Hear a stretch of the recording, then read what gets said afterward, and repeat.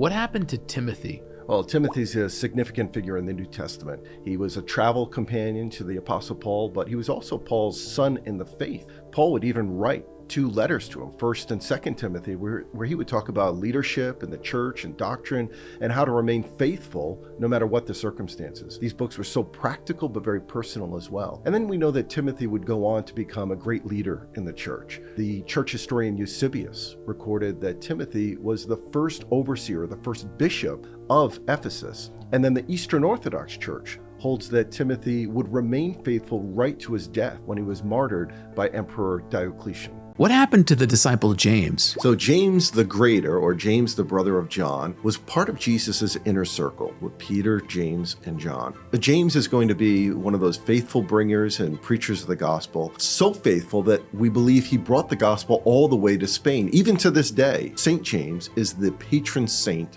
of Spain. When he makes his way back to Jerusalem, Herod Agrippa, reportedly in Acts chapter 12, will have him executed because of his preaching. What happened to the disciple Thomas? Thomas is famous for doubting that Jesus rose from the dead, but once he has that resurrection experience, he is changed forever. The Bible doesn't give us a lot of details about his ministry after that resurrection moment. What we do have are amazing church traditions and some very early church writings that talk about his ministry and missionary efforts all the way in India. Apparently, he started a church there. He was met with resistance, so he eventually would be martyred by the local religious and political leaders. But what's amazing about the church there is that 1,500 years later, when the Portuguese explorer Vasco da Gama comes to the shores of India, he is shocked to find that there is a church, and that church claimed to be there because of St. Thomas. What happened to St. John the Apostle? John was a very important and influential member of the early church, or leader in the early church. He was part of Jesus's inner circle with Peter, James, and John. He was there when Jesus died. He did not abandon him like the other disciples, but Jesus gives to John responsibility of his own mother, Mary. And then John will write 5 books in the New Testament. His own gospel, the gospel according to John. He writes 3 epistles, 1st, 2nd, and 3rd John, and then he writes a prophetic book, the book of Revelation. In fact, he writes the book of Revelation while he's in exile on the island of Patmos. And reportedly, John is the only one of the original 12 disciples to not be a martyr. He dies a natural death.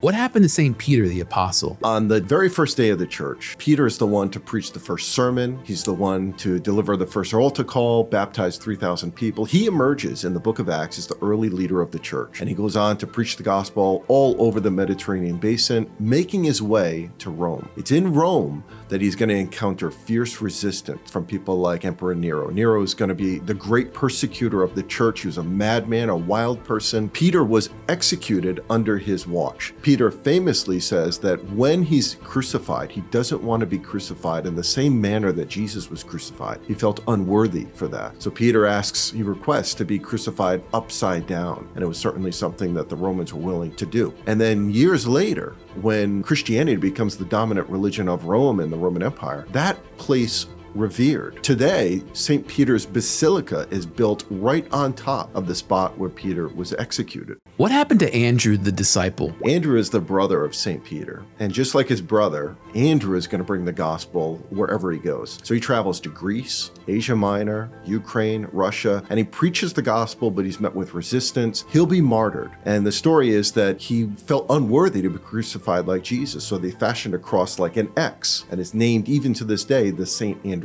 Cross. Andrew is believed to have amazingly shown such love to the people who were crucifying them. Even while he was dying on the cross, he was preaching the gospel to the very people who were executing him. What happened to Mary, Jesus' mom? The Bible doesn't give us a lot of details about Mary's latter life. She was there for the death, burial, and resurrection of Jesus. And the last time she's mentioned is in Acts chapter 1, verse 14, where she's with the other disciples and she receives the baptism of the Holy Spirit, an amazing experience. That's it. If we remove ourselves from the Bible and look at church tradition, the Roman Catholic Church has a doctrine called the dogma of the Assumption of Mary, where they believe that Mary never died but was taken up right to heaven. The Eastern Orthodox Church has a similar doctrine, except theirs allows for Mary to die, but then she was taken up into heaven. Protestants and evangelicals don't share any of these traditions because it's not found in the Bible. Either way, we should honor Mary for her faith and love and devotion for Jesus Christ. Who replaced the disciple Judas? Well, after Jesus' ascension into heaven, the disciples gather together and they're trying to figure out who's going to take that spot. So they cast lots, and the lot falls to a man named Matthias. Now, Matthias is not mentioned much in the Bible. He's there in a significant moment in the history of the church. Jesus has ascended into heaven, and he's there just before the baptism of the Holy Spirit comes on them. So there's no doubt that God used him powerfully in Acts chapter 2 to be a part of the baptizing of 3,000 people and the spread of the gospel throughout Jerusalem and the Roman Empire. But we don't have anything in the book of Acts about his work or ministry. There's no book of the Bible, but there are some church traditions. There's at least two that talk about his martyrdom. One account says that he went to Ethiopia, preached the gospel there, and was crucified. There's another account that says that he died in Jerusalem, that he was stoned like Stephen in the city. Either way, there's no question Matthias died a faithful preacher and carrier of the gospel. What happened to Silas? Silas was a companion to the Apostle Paul. When Paul was arrested with Silas, they witnessed an earthquake while in prison that led to the conversion of the jailer. Paul and Silas also traveled extensively together on missions trips to Thessalonica, to Berea, and to Athens. And along the way, they encountered all kinds of opposition, persecution, beatings, etc. But throughout all of this, Silas continued to be very faithful. So the Bible doesn't record exactly what happens to Silas, but a church tradition holds that he likely died on Asia Minor as a martyr, faithfully preaching Jesus. What happened to Barnabas? Well, Barnabas means son of encouragement. And you see that gift for encouragement and that gift for positivity really shine in the book of Acts. We see him there when the Apostle Paul is converted to Christianity, and it is Barnabas who introduces Paul to the other disciples. We see Barnabas there in Acts chapter 15 at the Jerusalem Council when they're trying to figure out what to do with the Gentile Christians. Barnabas is there with Paul advocating for the Gentiles to be included in Christianity. And we see him there when there's a disagreement between the Apostle Paul and Mark. Paul is done with Mark. He doesn't want to work with him anymore. But Barnabas, the encourager, is willing to take on Mark as a project and as a partner in the gospel. So Barnabas really was a positive, encouraging force, especially in the book of Acts. The Bible doesn't say this, but he died as a martyr on the island of Cyprus. But he will plant a church called the Cypriot Orthodox Church that continues to this day. What happened to the Apostle Paul? Well, the Apostle Paul will be one of those early leaders of the early church. More than half of the book of Acts talks about his missionary trips where he is traveling across the Roman Empire, across the Mediterranean basin, bringing the gospel everywhere. In fact, the last chapter of Acts, Acts chapter 28, talks about how he is arrested and then brought to Rome. And even under house arrest, with Roman guards watching his every move, the Apostle Paul is still faithfully preaching the gospel. Some years later, he's going to be executed by the Emperor Nero. He'll be beheaded. That's confirmed by church historians like Eusebius and Tertullian. And we even know where he's buried. According to some of the early writings, he's buried just outside of the city. And then amazingly, in 2006, Vatican archaeologists confirmed the discovery of a sarcophagus. And on it, it says Paulo Apostolo Mart, which means Paul the Apostle Martyr. What happened to Jesus' immediate family? Well, if we were to start with his parents, Joseph and Mary, we see Joseph is talked about quite a bit in the early life of Jesus when he's just a baby. And then he's mentioned again as one of the parents, Mary and Joseph, in the account of Jesus at 12 years old being left at the temple. And then the record dries up. We don't really hear anything about Joseph after Jesus is 12 years old. The assumption is that Joseph has probably passed away. In fact, there's a long tradition in the church that believes that Joseph likely died, and that's why he's never mentioned in any of the ministry and any of the years that Jesus was ministering on the earth. Mary is a different, much more interesting account. She is mentioned at the birth of Jesus and she's there at the temple, but she's also talked quite a bit about in the ministry and in those years where Jesus is healing and teaching. We see Mary there at the crucifixion of Jesus. We see Mary there at the resurrection of Jesus. At Jesus' crucifixion, Jesus tells Mary, John, the apostle, will now be your son. And he tells John, Mary will now be your mother. It's Jesus' way of saying, I'm not going to be able to take care of you, mother. John will take care of you. And John is faithful to that. The record is, and the tradition among the churches is that John will be the caretaker for Mary right up until her death. We actually have a record that there's a place in Ephesus that's considered the last residence of Mary that is still there to this day.